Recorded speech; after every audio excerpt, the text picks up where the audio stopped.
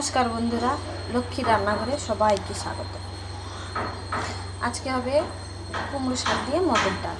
আমি এখানে শাকগুলো কালকে রাতে কেটে রেখেছিলাম, এখন ভালো করে ধুয়ে রেখেছি। আর এখানটায় 100 গ্রাম মটর ডাল নিয়েছি।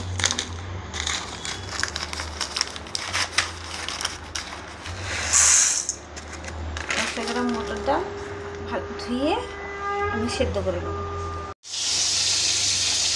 কড়াইতে তেল দিয়ে দেবো,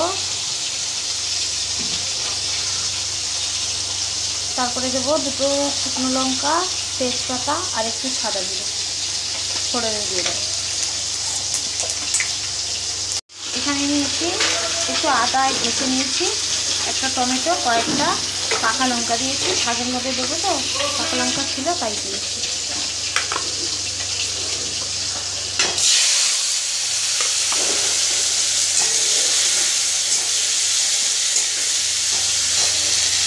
এরপর শাকগুলো দিয়ে দেবো।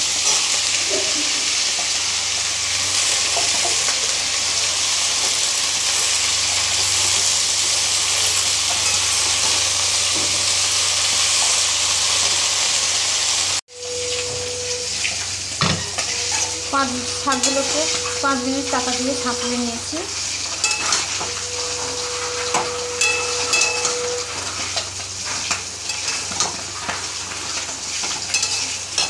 এবার এখানে ডাল সেদ্ধ করে রাখা ডালগুলো দিয়ে দেবো।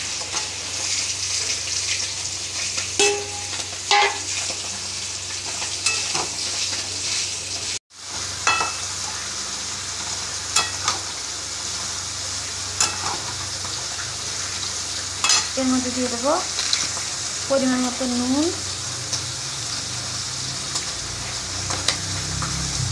একটু হলুদ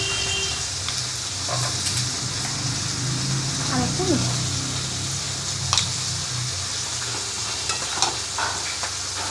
আর জল দেবো না।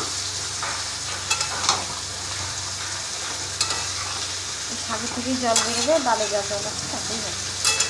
ফুটে উঠলে গ্যাস কমিয়ে চাপা দিয়ে। পরে যদি নুন মিষ্টি লাগে তখন আবার দিয়ে দেবো।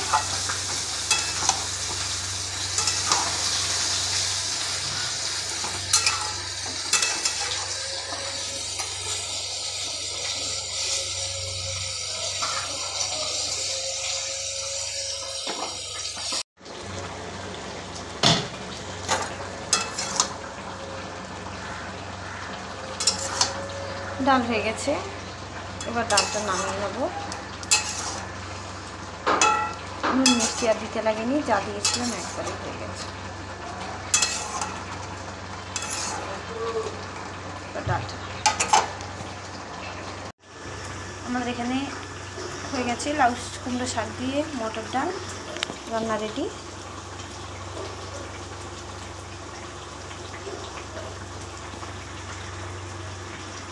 ঢেলে নিয়েছি।